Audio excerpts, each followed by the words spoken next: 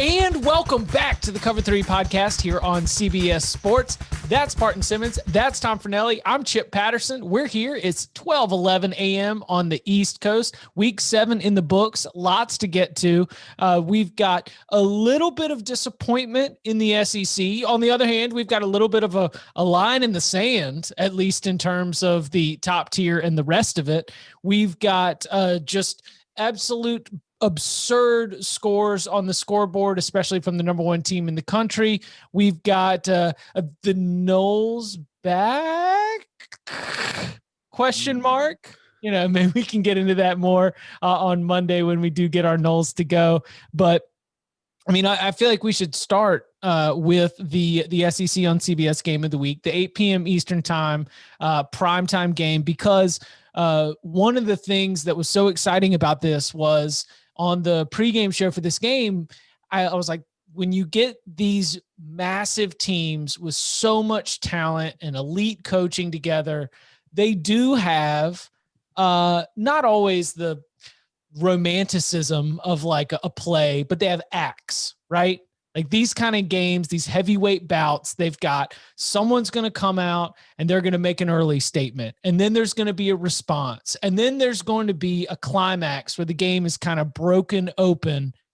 41-24, Alabama, Georgia. A lot of punches thrown early. And then the second half, just all Alabama, a 21-0 second half shutout by the Crimson Tide. A lot of drama in that first half. The first half took a lot more time than the rest of the game did. Like where do you want to start with this one? Because I think that there's some granular stuff that's really interesting. I think there's some big picture stuff that probably, I feel like my opinions didn't really change about either one of these teams, but the matchup itself, I'll say this. I'll say it delivered. We hyped it up all week. I felt entertained by what we saw out of these two still national championship contenders. Yeah, I mean, this is the game. In a weird way, the game went a lot like what we expected it to, and we talked about on the podcast last week, and we talked about when we made it a lock infinity taking Alabama. It was just the overwhelming feeling that I think all four of us had was that over 60 minutes, I just don't see how Georgia can hang with Alabama with Stetson Bennett at quarterback. And that's exactly how it played out. They were able to hang around for the half. Hell, they had the lead at halftime, which Georgia seems to be great at doing against Alabama. And Bennett, while he wasn't playing well, Mac Jones really wasn't playing all that well either in the first half. And Bennett was making enough throws to keep Georgia in the game and to get them to lead. But then in the second half, the talent disparity between Mac Jones and Stetson Bennett became more and more apparent. Bennett turned the ball over a lot, was missing more throws than before. And I mean, he finished the night 18 of 40, 269, 2 touchdowns, 3 interceptions. Compare that to Mac Jones, who up against what's probably might be at worst the number 2 defense in the country, depending on how you feel about Clemson. It's one of the 2 best defenses in the country. And Mac Jones threw for 417 with 4 touchdowns and an interception against it. So if you're still not sure if Mac Jones is good, I think tonight probably had to seal that deal for you.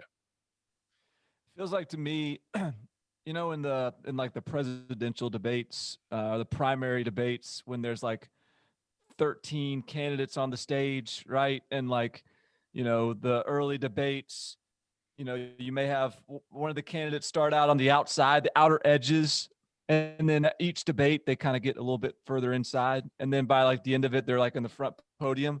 Feels a little bit of like what Mac Jones is doing right now. Like every week, we're just sort of reluctantly kind of move. Oh, he's still here. Okay, we'll move him on his side. Okay, he's still like the guy's damn near perfect, and it's a credit to him. It's a credit to his receivers. He is. I mean, shout out to Roger Sherman again. I mean, listen, he's my boy. Getting a lot of love on the Cover 3 the last couple of weeks. I love Roger, man. That's my guy. I'm not ashamed to do it. But what was the gem this week? He just posted up Mac Jones's stats. This is a pretty simple one. You didn't have to work too hard for this one. He's posted Mac Jones's stats as compared to Tua, Jalen. Maybe he's right. Maybe I'm not even finding it now. So maybe it was somebody else. But Mac Jones's stats are like pretty clearly the best stats an Alabama quarterback has had in the last 5 years over the first 4 games. And he's doing it really just by he's not being spectacular. He's just being very efficient, accurate, making the right decisions. But and all that said, and I believe all that, and I think Mac Jones has been a revelation. And I was the guy that was sitting here saying, the Georgia game, the Georgia game is going to be the sort of the moment where we find out if Mac Jones can be the guy for the rest of the year, or if Bryce Young has to take over. Well, Mac Jones is going to be the guy the rest of the year. But and I thought like you said, Tom, the quarterback differential there was critical, and it was kind of the difference. And the fact that Stetson Bennett really couldn't stretch the field with his arms, make those big throws, hit home runs, that was the difference. But I think the reason that Mac Jones can do that in part is because of those wide receivers. And to me, that was where I saw the difference in the game. My eye was drawn more towards the difference at the receiver position than the difference at the quarterback position or anywhere else. And it wasn't that Georgia is deficient at wide receiver. It's just that Alabama's got some damn killers out there. Like, those dudes are assassins. And I think this game is moving in a direction and has arrived. Not moving, it's just arrived in a spot where that is really important. Best team in the country last year. What'd they have? They had the best receiver in the damn country. You want to figure out why Alabama, you want to talk yourself into Alabama beating Clemson? Well, Clemson doesn't have those two guys. Yeah, no one has those two guys on one team, and so that was my thing tonight, is just watching those two guys, Waddle and Smith, operate was just totally eye-opening and just incredible. Yeah, I've been kind of posing the theory the last couple of years where it's like the Heisman is without a doubt now a quarterback award. It's almost impossible for a non-QB to win it. But I do think that, considering the award is throughout its history, it was a running back award, and then it became the QB award, and it's never really been for wide receivers. I do think we're at an age now where a wide receiver will win a Heisman before the next running back does, and I do think it's because of guys like this. And we had the text thread about it during the game. Barton, you're a huge Devontae Smith fan. I like Jalen Waddle, and my thing with Alabama is every year, it's not just that they're really talented or super fast. Like, Jalen Waddle got behind a guy, had a nice little push off, and 90-yard touchdown in the blink of an eye that completely changed the game. Devontae made that amazing catch at the back of the end zone on a perfect throw from Mac Jones with perfect coverage on him, and he reached up, high pointed it, got his foot down. And these are all spectacular things. Like, you see that, but it's the little things that they do that really stand out, and it's been consistent with Alabama through the years, going all the way back to Julio Jones. It's not just that they have talented guys. They have perfect route runners consistently. Went from Julio, who ran great routes, to Amari Cooper, who ran great routes, to Calvin Ridley, who ran great routes, to Judy, and now to Smith. And Waddle, I think, is a little more raw with some of his routes. I think he's great on the slant, and obviously the go. He's already got that down no matter what. But like you were texting about it and tweeting about it too, Smith is just a master technician with his routes. There's his speed, his balance, the way he runs it, and his timing are just phenomenal. So 11 catches, 167 yards, and 2 touchdowns against the best defense in the country.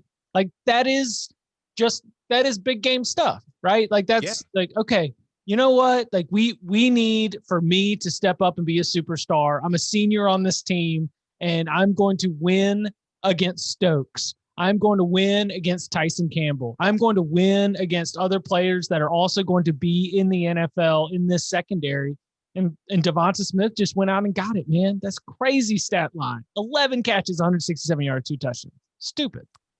And those were contested catches. Those were that's what's. It wasn't as if Georgia's defense wasn't awesome, and it wasn't as if he was just ripping those guys up. It was just, when you're that good, and the margin is so slim and thin, the better player just is making those plays, and he was the best player on the field.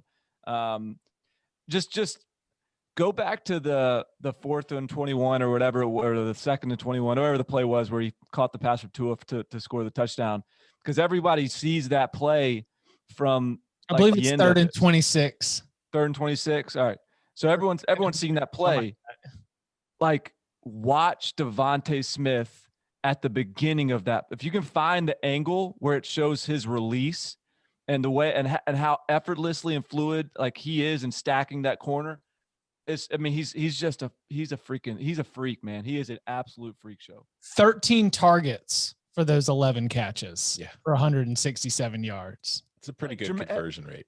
And Jermaine Burton provided Georgia with sort of their athletic boost that it needed, and he flashed as a true freshman, and he had a good game.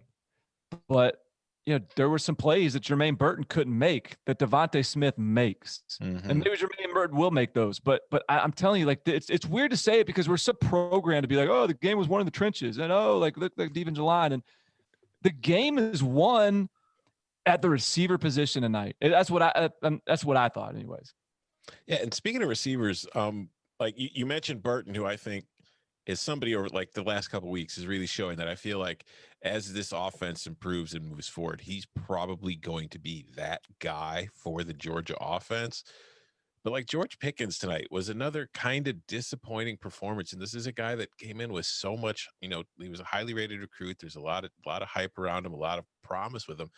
And this was just another night where I felt like he had a chance to, really kind of assert himself, and he just came up short. Now, it's not all on him because there were times where he was open and, quite frankly, Stetson Bennett missed him. It's just it's getting to the point with Pickens that I feel like it's got to, show up at some point. I don't know. It feels like it's missing still.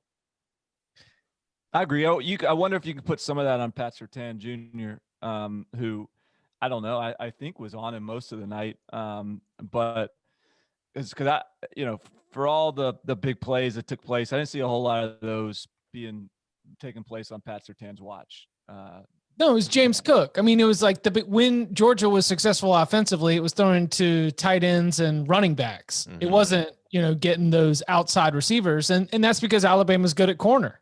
I mean, it was playing out pretty close to the way that we had broken it down in some of our previews, where the weaknesses were going to be, those outside linebacker positions. The weaknesses were going to be maybe at the safety position. And those were places that Georgia hit. I mean, again, I'm coming out of a game that Georgia lost 41-24, where it felt like Georgia could not defend the wide receiver position. I still think Georgia's really good. Yeah. I thought they came in with a really, really good game plan, and I'm coming out of it even more firmly believing that, to look at the AP poll, for example, 1, 2, and 3, and then line.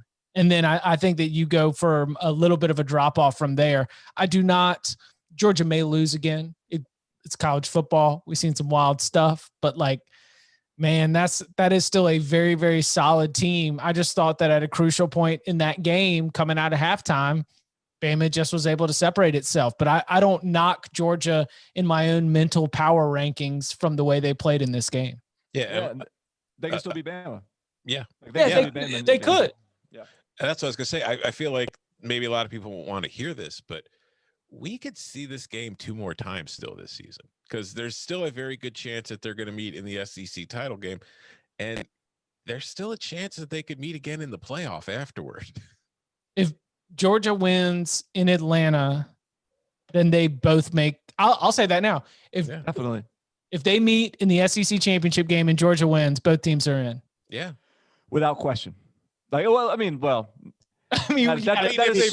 they both have 3 losses by then. Right. That assumes that they get there fairly unscathed. But yeah, I think if they get there the way in the kind of shape we think they're going to get there, then yeah, I think that the Georgia win would mean both get in. So it was funny because I guess some of it was just the way the game played out, especially with Alabama really taking control in the third quarter, but Najee Harris had 152 yards, and it felt quiet. Yeah.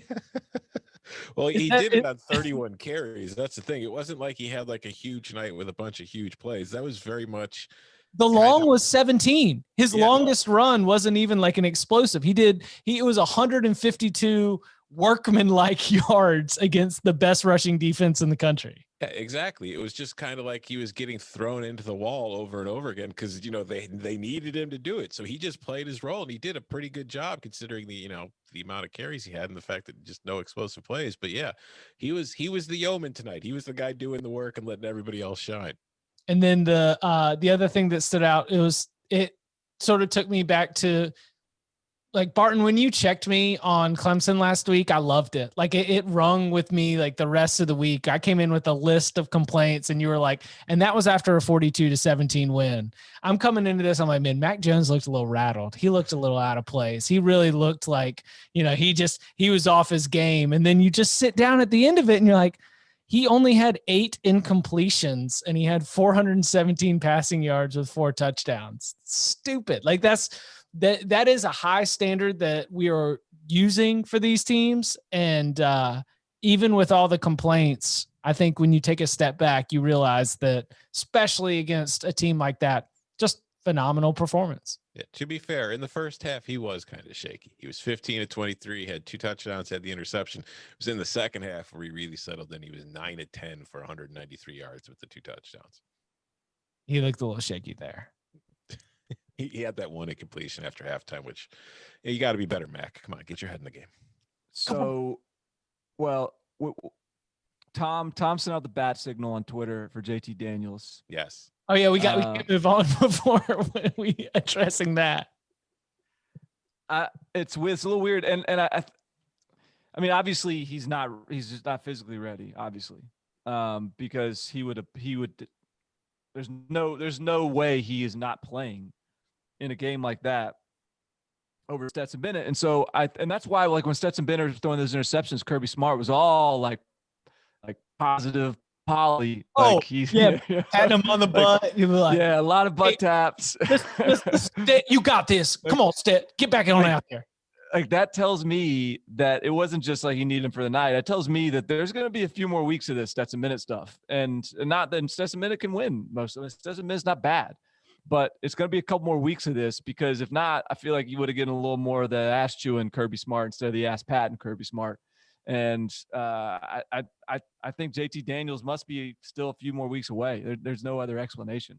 All right, well, let's make a prediction here, because Georgia's got a bye next week, and then they come back on Halloween against Kentucky on the road, and then the week after that, first Saturday in November, it's the cocktail party.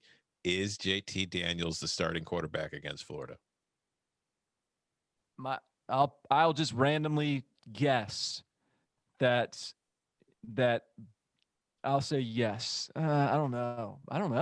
I'll say yes. I mean, I'm just guessing on this, like, phantom injury and health situation, but I don't know. Feels like that might be enough time, surely. Yeah, I'm voting yes. Not should. You're guessing will. Yeah. I'm guessing we see JT Daniels and Kyle Trask going at each other in Jacksonville. So I'll vote yes, but I think that Stetson Bennett can beat Florida. Of course, the wrinkle here being that Florida's defense is Florida's defense. Yes. Right. It's just a game of pretty big magnitude, and you're going to you basically just need to warm up JT Daniels. And okay, so I'll throw this in for Stetson Bennett. Is there something to be said for the fact that in the framework of this offense, as it's been running so far, that Stetson Bennett, he's not a dual threat, but he's like a 1.5 threat. Like they do use him. He at least takes off. He gets some first downs on the ground. He will take off and run a little bit. He scares me out of the pocket, though. Like, well, if he throws, for sure. Yeah, like, he made one great throw rolling to his right, but most of his throws, I feel like when he's on the run, have a lot of a hope and prayer to him that I just don't think Georgia really wants to see. So, Chip, your question is there something to be said for the fact that he can just sort of like move a little bit on the outside? Yeah, as opposed to like still recovering. Like, if you're not medically cleared until recently. I see what you're saying. Yeah, like JT Daniels, as opposed to a potentially very stationary JT Daniels. Is that what you're yes, getting at? I yes. got you. The idea that you are giving up some downfield passing ability to JT Daniels for the ability to extend the play a little bit, or at least scoot for a first down on 3rd and 5. Well, I also think there's probably the idea that just JT Daniels is coming off a serious injury. I'm sure he isn't anxious to get on the field before he's ready, and I'm sure Georgia is probably thinking about this from let's take care of our quarterback in the next year or two, instead of just getting him out there and getting him re-injured again. I think he starts for Kentucky. But I think Stetson Bennett, to your point, I think Stetson Bennett's just sort of he's like out there, just kind of a survivor, just scrapping and clawing for everything he gets. And listen, for a little bit, he'll throw a little out route, but Kentucky's a little tough, man. Kentucky will get after the quarterback. Like that's a tough spot to be able to send. You're going to send JT Daniels out there at Kroger Field asking for a buy one get one win. Are you kidding me? It's a bye week. It's a bye week. I know. Tough spot. All right. Anything else from the big game of the week? Where else do y'all want to go? Where do you want to point your attention? What's burning on your mind as we sit here at this late hour on Saturday night? Well, I think it's only fair. I think it's that we go to the next biggest news of the day. Dan Mullen? I mean, that's not where I was going, but that could be the biggest news of the day. Dan Mullen admitted that he had COVID. Okay, now we're on. All right, on to the next. Your boys, Chip. Your boys. The Tar Heels? The ACC, the Tar Heels. Knocked off by Mike Norvell and Jordan Travis and those pesky Seminoles. They're back, man. Is that your lingering thought though? Because if Florida State had poured it on, and if they'd run that up to like a 40, it was 31, it was 24. Like if they had run that up to 45-10 as the final, or 45-14, I think you're coming out of that game being like, I'll tell you what, man, Florida State might have figured some things out. But there were some tight butts. And like Tallahassee is not quite COVID station Texas, but there was a lot of people in those stands with tight butts as North Carolina is charging down 31-28 at the end of the game in the final minute. And fourth quarter, Sam Howell had entered the group chat and thrown a couple touchdown passes in the second half that had kind of gotten things going in the right direction. I 100% credit that to the mental, Florida State has, even if it's just North Carolina, but it's a top 5 opponent in town, snaps your attention. And North Carolina is a top 5 opponent. Ain't no way you should trust North Carolina. I mean, my over failed, but you heard me be like, I'm not trusting North Carolina as a 2-touchdown favorite in Tallahassee. Are you kidding me? And they fell into a 17-0 hole. It very, very quickly. So I think that North Carolina is the 15th best team in the country, along with about 10 other teams that are the 15th best team in the country. And they got, man. They got exposed a little bit. That defense, young, inexperienced, Jordan Travis, dual threat, getting it going. I don't really have a wildly different opinion about North Carolina. I thought Sam Howell played a little poorly. He's that Florida State pass rush got after him. David Hale shared some stats that showed how the Florida State defensive line, Marvin Wilson, Corey Durden, who got actually ejected in that game for a targeting call on Sam Howell. Josh Kando. Josh Kando plays linebacker or defensive end. I guess he's D end. Okay. Yeah. Mm-hmm. Edge player. We looked at that personnel and we were like, I tell you what, Florida State's going to be nasty up front. They're going to be able to really cause some problems. And statistically, they have not been all that great through the season. I thought they did a good job. And maybe that is North Carolina's weakness on the offensive line that was exposed a little bit. And that was part of it. But I thought that, top 5 team goes down. I swear. I mean, am I sounding like a Tar Heel apologist? Did y'all watch the same game I did? I did. And I had 2 feelings. Mostly, I mean, it's like the first half, I was like, hey, Florida State might be back. And then the second half, I was like, yeah, Florida State's back because it's back to looking really mediocre, not all good. They didn't score a single point in the second half. My impressions of North Carolina, my concern with that team is like, yeah, it's ranked number 5. I don't think any of us ever considered it to be like a real number 5 team. It's like you said, Chip, there's like 10, 15 fifth best teams in the country right now. They were default number 5. Yeah. Yeah. But I think like when I watch them on offense, particularly with Sam Howell, I do think that they're a little too reliant on just chucking the ball up and hoping their guy can jump up and get it. And I think that there was a lot of that in their offense tonight. And, it works. It works often enough for them to, move the ball down the field and get points. It's just, that's not a very efficient, kind of reliable, steady way to play. And I think that, when you come up against decent defenses or better teams, that's going to be a problem for him. And I think that was kind of a problem for him tonight. Because, I mean, they lost to Florida State, and Florida State deserves credit because they were able to run the ball pretty well. And Florida State overall did average 7.9 yards per play. But I mean, like, we're talking, I saw tweets about how Florida State has solved its quarterback situation. And Jordan Travis, he rushed for 107 yards on 16 carries, had 2 touchdowns. But just passing wise, he was 8 of 19 for 191 yards with a touchdown and an interception. I'm just sitting there thinking, if that is if the quarterback situation has been solved with Jordan Travis, I'm not sure we're going to see too many more wins from the Seminoles this year. I thought that, so against Virginia Tech, North Carolina just runs the ball. So it's not their only thing. Florida State just did a really, really good job of shutting down that Javonte Williams, Michael Carter rushing attack and forcing a lot of 3rd and 8s, 3rd and 9s, which are just going to be Sam Howell dropping back, panicky under pressure, doing a lot of chucking. So he does panic, doesn't he? Yeah, it was not Sam Howell's best game for sure. Barton, what do you think? Well, I just think that this is like this is why you don't give up on, like, why you don't just start writing off a coach when he has a bad loss early in his tenure, and he'll have more bad losses. Like, this Florida State team is not all of a sudden now going to be good. They're going to have some more bad losses this year, but for this coaching staff is, they're just figuring it out. They're working through this stuff as they go, and both teams are trying. Both teams practice, and like everybody has off-season conditioning.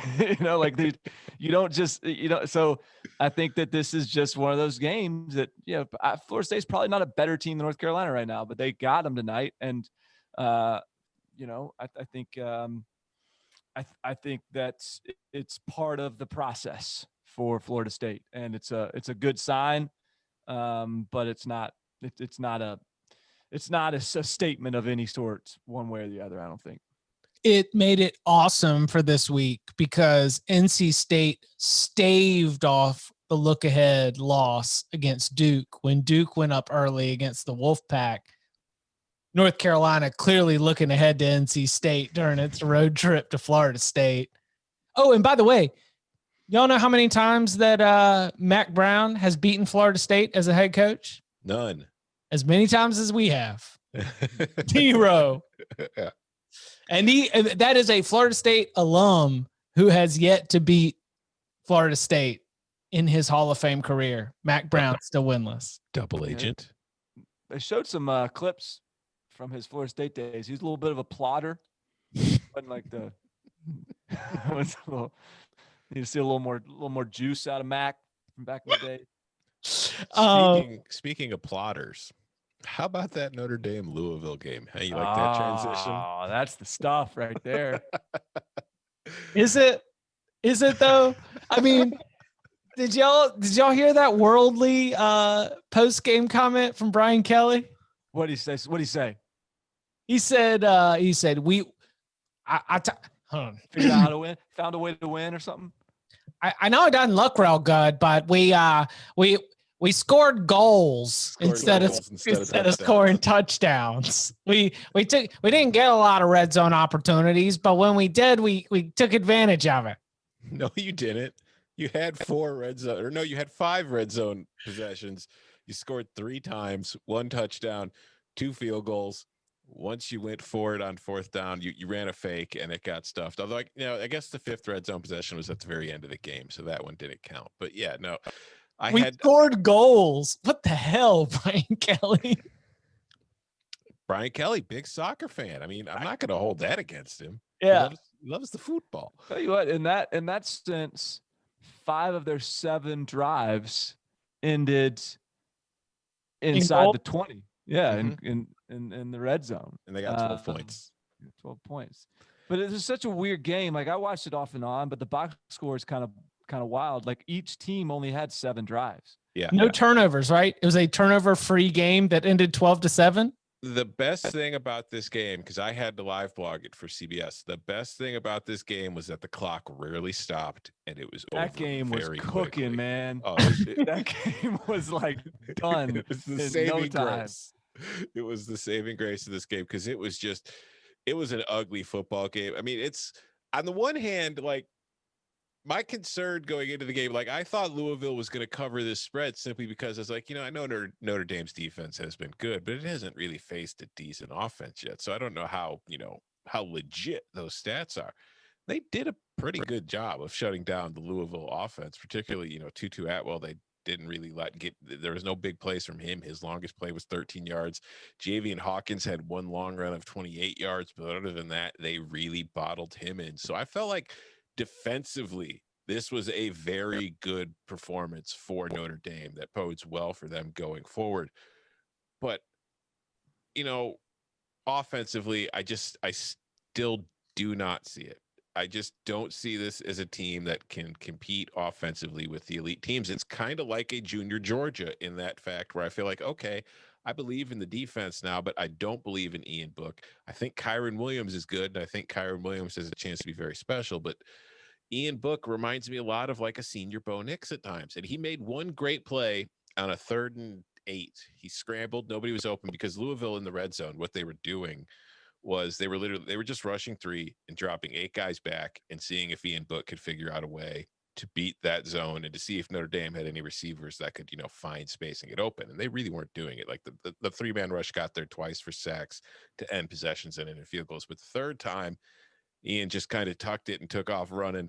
And then when he got the first down at the first down marker, he broke a tackle along the sidelines, kind of tiptoed, kept his balance for another 5 yards and dove for the goal line. It was a spectacular play. And it was that kind of play that I think makes people like Notre Dame fans and the coaching staff say, that's our guy. That's the dude we have. It's just, I don't think he makes those plays often enough, or I think there are too many other plays in between that just aren't good enough. Because, he was 11-19 for 106 yards. Passing. And it's like that. You can't beat Clemson playing like that. You can't get to the playoff and beat anybody once you get there playing like that. If you can convince yourself that this Notre Dame team is like a contender to beat Clemson, then you are like a legit outside the box thinker. And I respect the hell out of the way you could twist that mind up. Because this is a problem right now. We've got a problem on our hands. If you're pinning your hopes on the Clemson's losses here coming from Notre Dame, because I'll give Notre Dame this. I think anytime I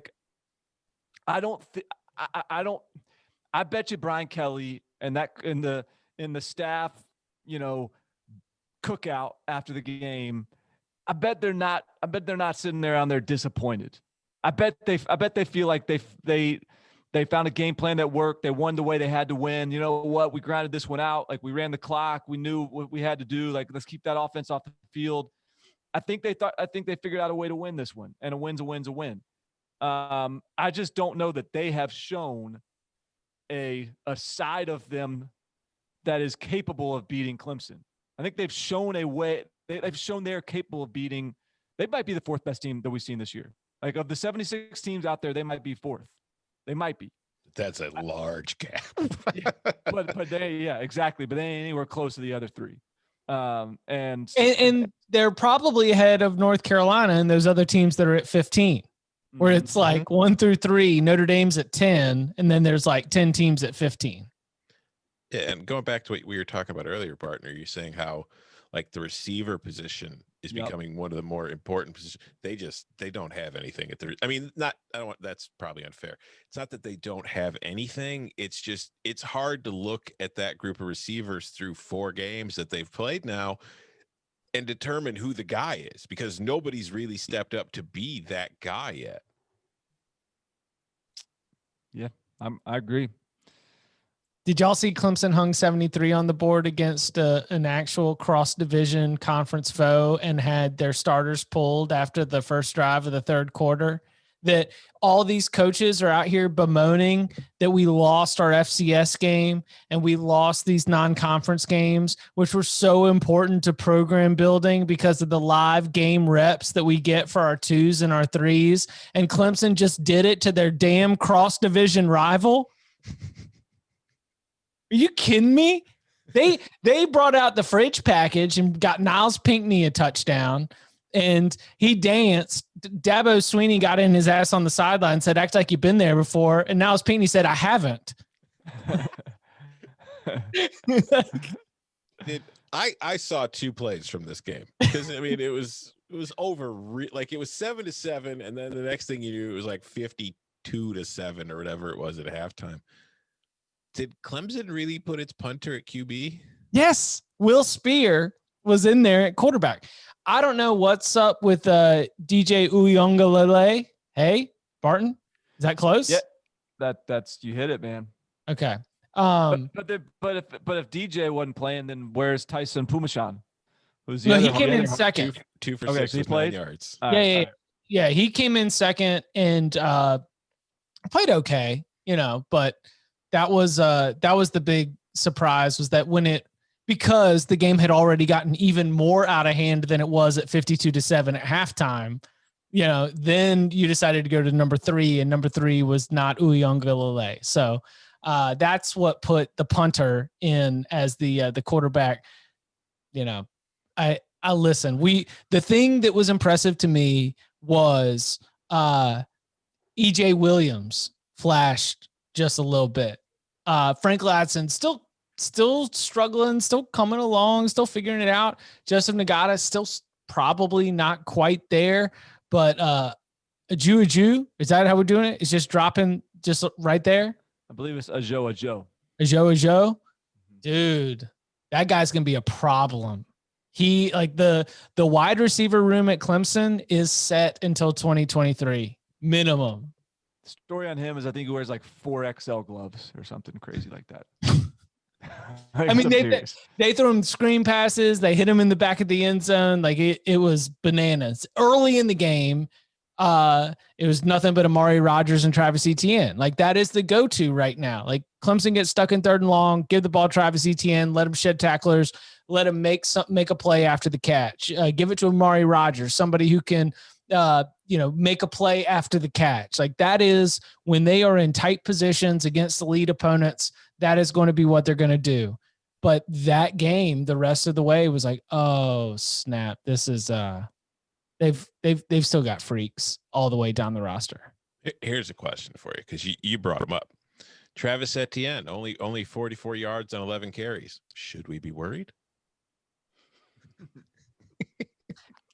The only reason that we should be worried is if we bet on the next game being the one that he breaks Ted Brown's ACC career rushing record, because I think now he needs to get like 130 yards in Clemson's next game, which is going to be against Syracuse next weekend. Though, yikes, Clemson against Syracuse. Who wants to set the line right now? 38.5? Anybody? Where is it, though? Is it at Clemson or is it in the Dome? It's Death Valley, baby. No reason to watch. After what Syracuse did in terms of the ground attack against Liberty, with Liberty's top running back out, I'm going to say Travis Etienne gets that ACC rushing record next week. Yeah. I mean, if he plays more than a half again, because that's a problem. He may not need a second half. I mean, Trevor Lawrence had 5 passing touchdowns at halftime. He had 400 yards. Trevor Lawrence, he is quickly becoming like the can't miss NFL prospect of all time. Like there's no doubts about him. He's taken his game to another level, and it was already really high level. Tank for Trevor. Like you should absolutely tank for Trevor, whoever you are. I can't wait until like the pre-draft process where it becomes, well, I mean, do we really know? He was never tested. Like, how do we know he's going to stand up under pressure? I don't know what they're going to say. Like, they got to figure out something, but I don't know what they're going to say. I don't know if I could trust that hair. I don't know. Have we ever talked about that here on the podcast? Because that's I truly, for a long time, I did not know that. And then maybe 3 or 4 years ago, a coach named Steve Logan, I don't know, former ECU coach who went on to be offensive coordinator, I think, at Boston College when Matt Ryan was there. He was, offensive coach or quarterbacks coach with the Jacksonville Jaguars for a little bit, did some NFL Europe, but he was the first person to enlighten me to like, well, you've got to put something negative because the card for every single one of these prospects, when you're scouting them, has like a section for positives and a section for negatives. So you have to put something like that is your job. If you're to leave it empty, then you're not doing your job. And that is one of the reasons that we get some of these bananas negatives on can't miss prospects like Trevor Lawrence. It's just because scouts have to find something to nitpick. They're they're not trying to feed the media. It is just the job to put something in that blank. Good luck. Do you guys want to have a seat over there on the couch and snuggle up under a blanket, put your slippers on, put the fire on, pour yourself a cup of hot tea, and settle into Gus Malzahn hot seat season? Hold on. We'll get into how long it's going to take for Hugh Freeze to be hired at the new head coach at Auburn after this next. So Auburn, like there's one of the things that I looked at for tomorrow's top 25 today was the idea that the SEC has dropped all of its middle class, right? Like it's got those teams I mentioned at the beginning, but Mississippi State flirts up there, drops out. LSU starts at the top, drops out. Kentucky in there, and like Kentucky could be back, but like Tennessee drops out.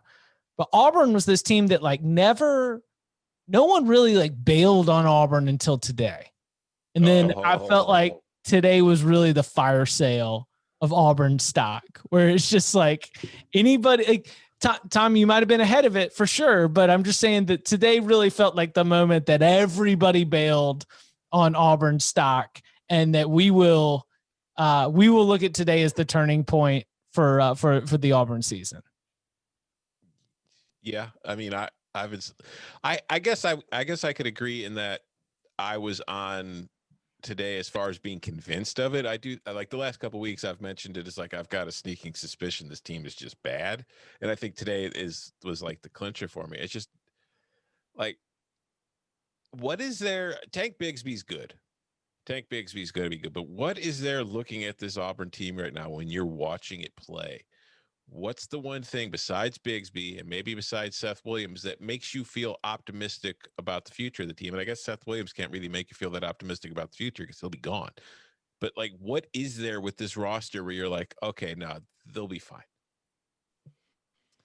They'll be fine this year, you're saying? This year, next year, at any point, they're going to be like, okay, no, they're going to be competing for the West again here. Well, so I'll say this. I'll answer the question this way, because early in the game when Auburn, they kind of jumped out to a lead here, right? Mm-hmm. And they look pretty good early in the game, and I think they lost the middle eight. They lost the middle eight. I don't know if got them. That is anecdotally here. I'll pull it up real quick just to check it. But it felt like around the late second half, South Carolina got into it. And then early second half, South Carolina got control. Shi Smith had a couple of those big flash plays. Offense kind of choked up a little bit. Auburn had missed some opportunities late first half to really extend the lead. because for the second half, it kind of felt like South Carolina was in control of that game. For sure. What I was kind of getting at is early in the game, because when I was watching the Kentucky game, remember, because I didn't think that they were that good against Kentucky either. They've won that game, but I wasn't impressed. And yet I did leave that Kentucky game optimistic. I was like, well, the defense is going to get better. The defensive line is going to grow up. The offense and the pass game is going to get more comfortable. Bo Nix is going to be more comfortable in Chad Morris's system, and this team will improve. And early in the game, I think I even wrote it down. I was like, well, look, this is what I was thinking. This is it's starting to happen. This team's starting to come together. But I don't know, as the game progressed, I feel like Bo Nix started getting like almost just impatient. Worse works. Impatient. South Carolina just started getting there. Like they started, I feel like the run game, almost like it did against Tennessee too. The run game started to find its footing late in the game, and they just sort of found their rhythm. Colin Hill was just outplaying Bo Nix, and it just sort of fell apart a little bit. And I guess that's maybe to Tom's point is like they don't. If Bo Nix is like their identity, which he kind of is, it's a weird identity to have. And Seth Williams is absolutely their best player, but there was at least their best offensive player, and yeah, probably the best player overall. And there was some miscommunication, some frustration between him and the quarterback. There was it all felt like it's just not really going to click this year. Yeah, like through the first 3 games, this offense wasn't great. Like last week, they finally kind of started finding some big plays in the run game. But even with the problems, because, I've always been kind of hard on Bo Nix to begin with, but through like the first 2 weeks of the season, well, I didn't think Nix was spectacular. I didn't feel like he was the problem with this team. I think today he was a very large part of the problem because he just played poorly, but I don't know if that's the result of him just having a bad game or kind of like what you're saying, Barton, where frustration's kind of settling in and he's starting to feel like he has to do it all on his own and make things happen. Because like, particularly at the end of the game, I don't know what he was thinking on like those last 2 plays on the 3rd down scramble and then what he was doing on 4th down. It's just that to me felt like a quarterback who thought he had to do too much and didn't trust his teammates and might not even have trusted the plays his coaches were calling him. And you said there was frustration. There was like a little bit of scuffle between him and Williams getting in each other's face and yelling at each other on the sideline there. And then Chad Morris was trying to calm him down and he was looking pretty frustrated dealing with Chad Morris. It's just optically, there's not a lot to like about or feel good about if you're an Auburn fan right now. It all crumbled in the red zone. Every single time that Auburn got into a scoring opportunity, they blew it. And that's where the game ended up being decided. And so when you can't take advantage of that, especially with a quarterback that you're even treating as a dual threat quarterback, like that is an incredible indictment. And we went into the Auburn Georgia game circling the Auburn offensive line as a weakness. We have known that. I mean, it is. I've called it putt too many times. I want to hang it up. Like I like what is I don't even know what the Chad Morris wrinkle is in the putt offense except for I figured it out. This was my note. It's putt and penalty flags. The best thing that we can do is hope that Seth Williams gets held or that a defensive back gets beat and commits pass interference on Seth Williams because the trick plays and penalty flags were the best offense that Auburn had. I will say, I don't know what you want to call the wrinkle that Chad Morris has brought to this offense, but I think just looking at the box score, I think the one thing Chad Morris might want to reconsider is if Bo Nix is my quarterback, I don't want to have him throwing 47 passes in a game. 24 for 47 for 272 yards, 1 touchdown, 3 interceptions. Bo Nix is not somebody who should be dropping back to pass 50 times a game. When I was, I wrote, so you mentioned Liberty, kick the teeth in Syracuse, and no surprise there. That was one of my locks. And in the aftermath of that game, I wrote that Hugh Freeze will be considered. Not that he should. I wasn't like lobbying for him. I was just saying like the reality is this. Whatever his flaws may be, he will be soon a strong candidate for big-time college football jobs, probably SEC jobs. And the responses that I got, like almost exclusively, like the fan base that responded as if in a affirmative, like we want him, a gesture was the good folks down at Auburn. Like they're just I think they're just ready. And yet we all know how this story ends. Gus Malzahn will find a way. Beat Bama. He ain't leaving us. He can't quit us. Okay, let's see. What is the game that saved Gus? No, Texas A&M. Texas A&M is listen, if he beats, all right, so they finished the season with Tennessee at home, Bama on the road, and Texas A&M at home. I do not believe, based on what we saw from Alabama today, that Alabama would lose that game. I don't think that this Auburn team. No. How many times can we say that about the years Auburn beat Alabama? I can't fathom this Auburn team beating Alabama. And so I think Tennessee and Texas A&M might be the games that look, like it's this, saving your job type moment. You go 2-1 in that stretch of Tennessee, Alabama, Texas A&M. Vibes are much better and potentially keep your job situation. But like, let's look, let's go through the history book of the winds of change with Gus Malzahn on the Plains. The games that have saved Gus's job. Obviously, there's been the years where he's beaten Alabama. There was, the prayer at Jordan Hare when they beat Georgia. And then there was like the, last coach standing, gets fired or whatever game against LSU. Les Miles a few years ago, and they won that. But that's LSU, that's Georgia, and that's Alabama. If we're to a situation where having to beat Tennessee or Texas A&M is the game that saves Gus's job, Gus is already fired. But Texas A&M could be a top 10 team. It's like that. It's North like that. Carolina's a top 5 team. Who cares? Well, it's like the Jimbo Fisher signature win against Florida. I would look. I'd like to look at it from the opposite direction. What record would Gus Malzahn have to have? No. What record would Gus Malzahn have to have for you to be confident this would be that he would be fired?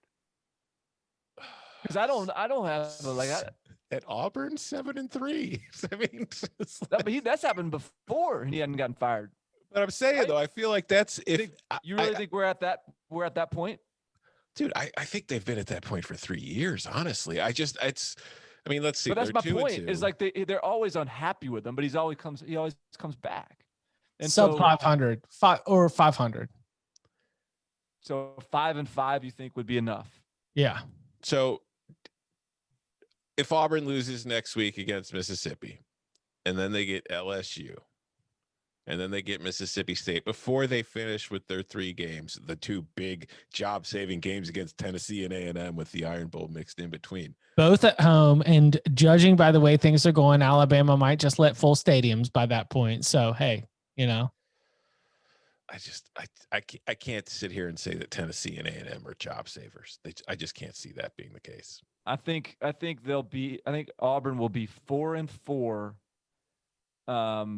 minus Tennessee and A&M games. So if they go 0-2 those games, I think they could finish 4-6. If they go 2-0 those games, I think they could finish 6-4. That's kind of where I see them. But if you're 6-4 and your best win is Tennessee or A&M, I don't know. I think Gus Malzahn's got a little more cockroach in him than you think. I think he's got a little survivor in him. I mean, he survived this long. He's not just going down. I think Gus Malzahn's got some survivor in him. How did Chad Morris get this much stink to him? I don't know. Remember when he was the golden child at Clemson? Turned it all around. Yeah. He's the beginning. And now, because there was nothing at SMU that was like golden. You know what though? I think if you look at SMU now, I think Chad might have left SMU early for a job that maybe wasn't worth leaving for. Like if he'd had turned down the Arkansas job at that time and stayed at SMU, I think he'd have had a couple 10-win seasons like we've seen Dykes have with them. Because it'd pretty much be the same team. And I think that Chad could be on a trajectory where this offseason he might have been the big group of 5 guy. But I don't know there's any reason to believe that. Like why would you assume that? Why would you assume he would keep on building SMU into where Sonny Dykes has put it? Because like, I think that they were heading that way already. Like I think Dykes, but Dykes has had more success as a head coach, than Chad Morris ever has. And Chad Morris just like he was. I mean, the reality is Arkansas was terrible last 2 years, and Arkansas is pretty good this year, not bad. And the only difference is the coach. The SMU program he took over was, bottom 25 champions. It was the worst program in the country. Like they were winless 2 out of 3 years, I think. So, he also didn't ever put like he didn't really win that much with them. Like he didn't build them up. Going from 0-12 to 7-5 isn't something you should just ignore. I'm not ignoring it. I think that if he stayed at SMU, he would have had a couple 10-win seasons under his belt by now. That's my honest to God opinion. I'm downgrading Chad Morris because, and I understand that this is 100% like biased against him. He has no chance to win here, but we have had too many sources, both the broadcasters who are talking to players and people around the program, guests of the Cover 3 podcasts. Too many people have mentioned some combination of the thing this Arkansas team needed was a coach who cared about them. The thing that these Arkansas players would run through a wall for Sam Pittman, I think was a Rusty Mansell quote here on the Cover 3 podcast. Like there's something along the lines of like Chad Morris, I'm sure he cared, but there is something in the Bobby Petrino line of like player relationships. I don't think the Chad Morris head coaching experience that makes me just think that it's like, hey, well, you know what? Maybe there is a little bit of a disconnect there for Chad Morris as a head coach. I mean, you can't just slander a man with a Bobby Petrino reference out of nowhere. That's who. And also, who amongst us wouldn't run through a wall for Sam Pittman? But that was during the during the Arkansas game today. That was another talking point from the broadcasters. Just like, and I'll tell you, you talk to people around this program. It's just so nice to have a coach that cares about you. Was it? Yes. Like that's. And this is, as Arkansas is in total control, like up 20-0 against Ole Miss, like they've already gotten into their bag with the full program turnaround. Like, can you believe this program only has 2 wins against SEC opponents? They went all these years without them. I don't know. Go ahead. To transition to talking about Arkansas's win. Are we sure that, do we know for a fact that Texas A&M is better than Arkansas? Like, is there an argument to be made that Arkansas is the second best team in the SEC West right now? Yes, there is an argument. I will listen to it. When the line is set for Texas A&M and Arkansas and Texas A&M is a favorite, I will take Arkansas. Yeah, that's what I'm thinking too. Right? Riding with Felipe, baby. They got a good defense. I mean, they held Ole Miss scoreless in the first half, and 14 of the 21 points that the Rebels got were when the game was basically decided in the fourth quarter. It's good defense. I don't need convincing on Arkansas. I'm the one that sat here like preseason and was sitting here like saying like, well, this player's good. This player's good. This player's good. This player's good. Like, why do we think this team can't be good? And yet, like here they are, and they're like even better than maybe I even like had hoped they would be. But we talked about 0-20 for Arkansas and Vanderbilt, and everybody had a straight face. I mean, I picked Arkansas over the win total. did. It was at what, half? I think it was 1.5. I think it was 1.5. I think I Did got I him do to it at 1.5? Okay, I think it was a 1.5, and I think I got him to 2 wins. And I think I said, like, I'm picking 2 wins, and like I don't see 2 wins there, but I just am gonna have blind faith, just sort of like these players have their blind faith in Sam Pittman, just like one of the guys. Shout out to Matty Just trust the old Corral. coach. Shout out to Matty Corral with his 6 interceptions today. I have to tell you this Mississippi quarterbacks, there's something in the water down there in Mississippi because they sure do love throwing interceptions these days. So KJ Costello, Mississippi State has scored 2 touchdowns in 9 quarters? 2 offensive touchdowns, Give or I think, take. in the last 9 quarters, something like that.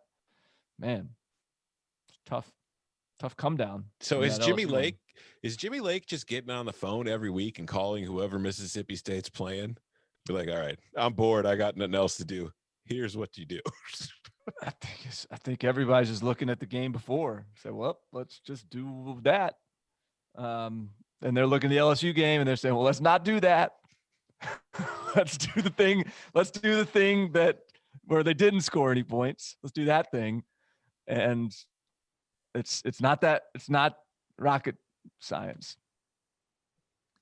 Should Arkansas be ranked in the top 25? I mean, this year, yeah. I mean, you don't have to do a whole lot to be in the top 25 this year right now. Yeah, I think they should be. I'm trying to think about that ball don't lie against Auburn. They should be ranked in the top 25, just behind Coastal Carolina. Is it Shantz or Chant? Because Shantz. It is Shantz. Okay. Chanticleers, the Shantz. Because I'm from Chicago, so they're the Chanticleers for me.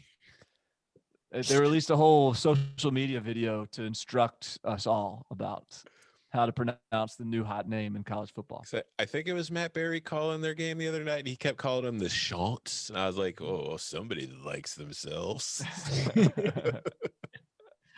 All right, what else is on the notepad from the and speaking of that was the Wednesday night game, Coastal Carolina taking down Louisiana in whoever has the ball last is going to end up winning this daggum ball game kind of game. BYU took care of business against Houston. Let's see what else was on Thursday night. SMU won in overtime against Tulane in another disjointed performance by the Green Wave. What else? Covered. Yes. Kentucky. I mean, they beat the crap out of Tennessee today. Oh, that's another spot. I mentioned is Hugh Freeze going to go to Tennessee, but if Auburn gets to him first, I don't know, man. Tennessee fans are mad, aren't they? Barton, where's the Tennessee board at? I didn't check it. I don't think. Here's what Tennessee fans have to understand. You like Jeremy Pruitt. You believe in the general work that's being done on the recruiting trail and the staff and the way that program is building right now. So I definitely feel that. I do. So it's lunatic fringe, and Tennessee's got a lot of lunatic fringe. So I posted a tweet and I said, Jerry Pruitt's made and this team has made strides. Now they need a grad transfer quarterback. And I'm not saying like it was like some, bananas like group of crazies that started hitting me up, but a couple Tennessee fans in my mentions being like, "Oh, what are you talking about? Like, did you watch the game?"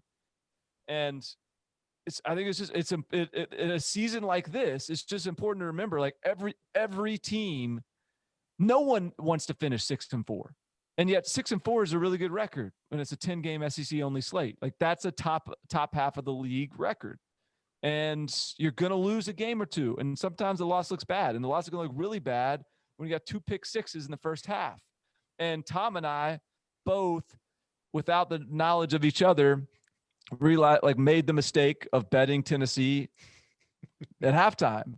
And what I failed, and the thing I failed to take into account, I don't know how you feel about it, Tom, but the thing where I missed on that bet, because when you look at the first half stats, Tennessee was like overwhelmingly in favor of the yardage, and that makes sense because Kentucky lost 2 possessions by returning pick six for touchdowns. But like yards per play looked good, and Tennessee running the ball looked good, and especially late in the first half, Tennessee just started just like pounding the rock and looked like, okay, like this is what it's going to be. But I think the thing that I failed to take into account is the idea that like Kentucky knows how to play with a lead. Like that's their sweet spot. They're going to be real comfortable there. And they did. And their defense tightened up and Tennessee started pressing. And Tennessee doesn't have a good quarterback right now. They don't have anybody to choose from. And they can't do anything that's risky. And so that's sort of a problem right now. And I don't know how good this offense would be at like being, I'm not going to like sit here and say that if they had some, I don't know, just trade like for Colin Hill or someone that's just sort of competent, then that would make a world of difference. But it is certainly a problem right now. And I think that's the number one thing they need to address. It's the weak spot. And I mean, Jarrett Guarantano, 14 to 21 for 88 yards and 2 pick sixes. It's like what's I think the most damning part of it too was because Guarantano, after the second pick six, got benched. JT Trout comes in, throws one pass, it's picked off. So now Tennessee's like last 3 passes have been picked off, and Guarantano's back in. And I think Pruitt said like the reason, like he said he didn't bench Guarantano, he just wanted him to give him a series off to catch his breath because his head was spinning. And I get that. That's kind of what I figured too. Yeah. But then I also figured it was like the reason Guarantano keeps getting so many chances is because Jeremy Pruitt knows what the rest of his depth position looks like. So I do think, I mean, yes, if I'm Jeremy Pruitt, I don't think Tennessee fans are out on Pruitt yet, Chip. I don't think if you go to their message board, you're going to find a whole lot of anger towards Pruitt. I think you'll find plenty of anger towards Guarantano, though. And I do think that should be Jeremy Pruitt's number one priority this offseason is getting somebody in to play that role. My favorite lunatic position is, listen, we need to fire his ass tomorrow. And if we don't, if we need to, take Fulmer with him. Like the full clean house position where you're just so frustrated with everything. Yeah. Thank you. Where you're just like, you know what? Everybody out. Let's go ahead and start again. We will, we'll let Dave Hart come back and start running the athletic department. All right. So what's the line on Alabama, Tennessee next week? 24. Yeah, that's exactly what I was thinking. What about Georgia against Kentucky? 13.5. I think it might tick a little higher than that. Maybe. I think 13.5 is pretty good. I mean, where's it at? Kentucky or Athens? Kentucky. 13.5. Right. That's a great pace game to me.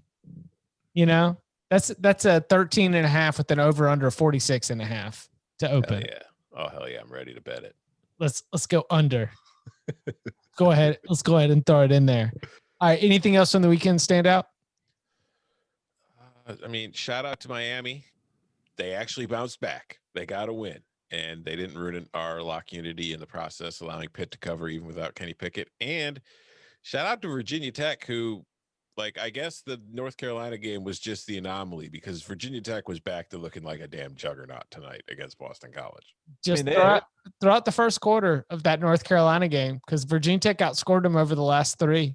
So that was a game for a while, though. And then they just I looked the up. The snowball started going down the mountain. Yeah. Memphis beat UCF for the first time since 1990, 50-49. That was the big number over that I missed. That was such an obvious play. So shout out to Ryan Silverfield, big win there. And our boy Lindell Stone delivered in terms of playing poorly, but not in terms of letting the under hit. Yeah. So the fade Lindell Stone was, I think, a proper principle. It was just should have just played the line instead of the total. Process over results. We can't let the results dictate our process. Go back to the UCF Miami game. How would you feel if, like, Your offense had 800 yards. Your quarterback threw for 600 yards, and you lost. Memphis is weird though. That game had a funny rhythm to it. It was UCF Memphis. Yeah. I just, you were at that point at the end of the game where you're like, UCF, don't score too fast.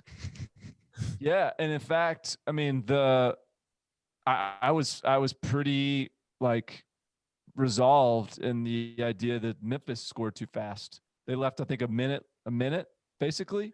Yeah. Like for UCF to go down and score, and they did. UCF drove the field. They had a very they had a 40-yard field goal attempt. Yeah, like a chip shot, and they just missed it. Like I tweeted there, and people thought I was joking. I tweeted Memphis should kneel twice and then try to score. I was half joking, but there was a party. I was like, no, seriously, they should really do as much as they can to run as much clock because they're going to score. There's absolutely nothing in this game that is going to keep them out of the end zone. So when Memphis got the big play to get it down to the 5-yard line, whatever it was, to before they punched it in for the go ahead score.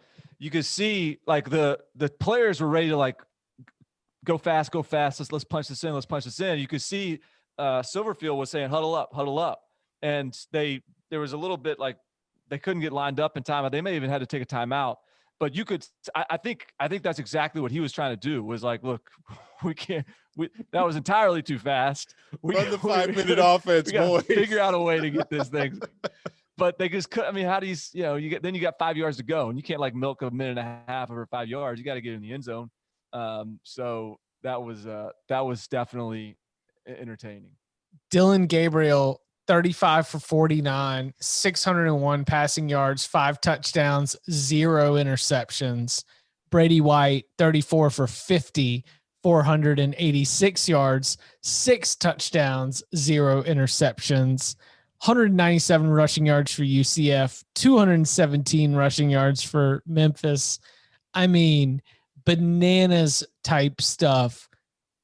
But even those statistics, like y'all see the kicker try and start a fight with the guy who came over and oh, you gonna put that on the kicker? I don't know who that was on. I mean, no, because the kicker was over there getting consoled by his special teams boys. And those special teams guys, like they don't hang out with anybody else. They're just over there in the corner at practice, just like doing their own thing. And then like the dude comes over, like, I don't know who it was, but he was a skill player. And that guy's never talked to those special teams guys like once in his life. And he comes over and just gets into the kicker. And then all 3 of the special teams guys come at the other guy and it's a fight. I have had kickers on my team before, and we had one year there was a kicker that was like a barefoot kicker, and was this 1945? Exactly. And so when he would miss a kick, like he missed a game winning kick, and like the poor guy's just trying to win the game, but like when you miss a game winning kick, and like we've just worked this whole 60 minutes, and you get your one chance, and just do your job. Or just put the damn shoe on. Like, at least wear a shoe. Like, if you're going to go try to kick this game-winning field goal and miss it without a shoe on, like, I'm not going to – like, so I understand the emotion of being really pissed off at a kicker. And I can probably appreciate the kicker trying to stick up for himself. But, like, I get it. I'm not even convinced the dude was pissed off at the kicker. I felt like just by the way he was going over there. I don't know. We didn't hear or see anything. It's just I felt like he was going over there to be like, "Hey, bro, keep your head up," blah blah blah. The kicker was probably like, "No. That's the way I saw it. No.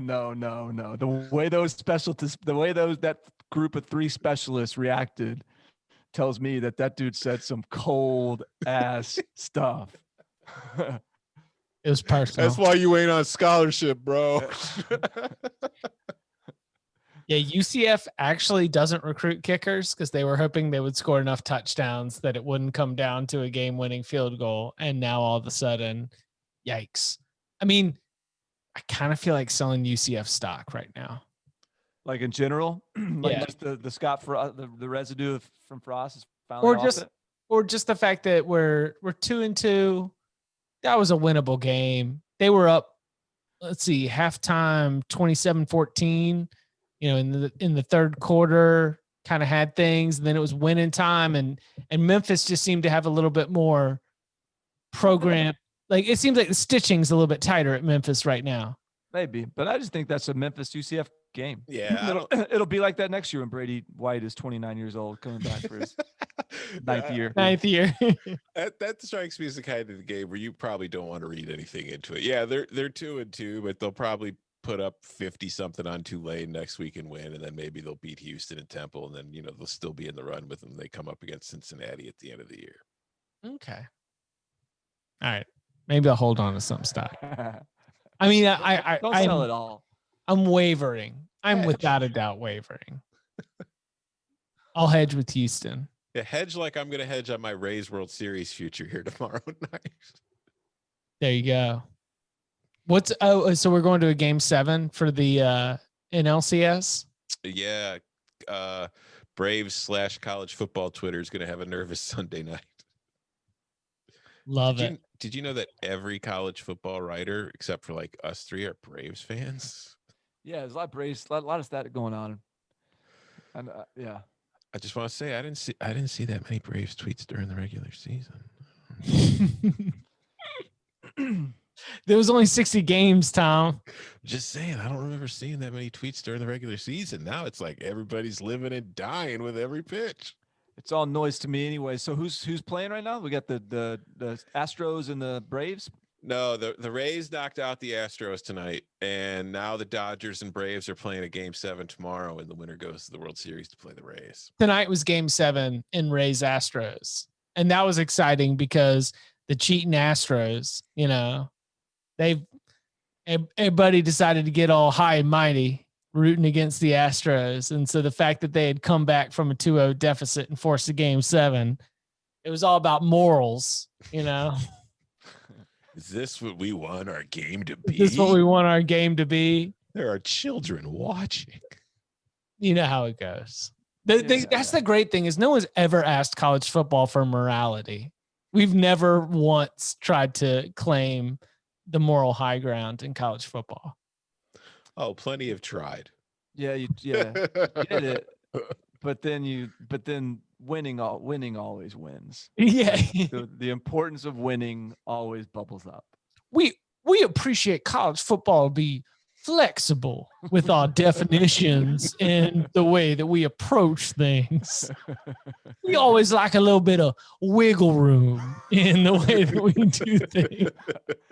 I'm just picturing like you like bushy eyebrowed and like hair coming out of your ears saying that, just like old college guy. Oh, we just thought the computers had a few too many votes in the process. And now we've got the selection committee. So that's how it goes. All right. We will be back on Monday. We've got an absolutely loaded week. We've got our Big Ten East win totals. We've got our Big Ten West win totals. We've got our locks, and that is in addition to our Monday show. So the best thing that you can do is subscribe to the podcast wherever you get your podcasts. Subscribe on YouTube, youtube.com/cover3. That's how you get the multi-platform excellence. You can follow him on Twitter at Tom Fornelli. You can follow him at Barton Simmons. You can follow me at Chip_Patterson. Gentlemen, thank you very much. Thank you.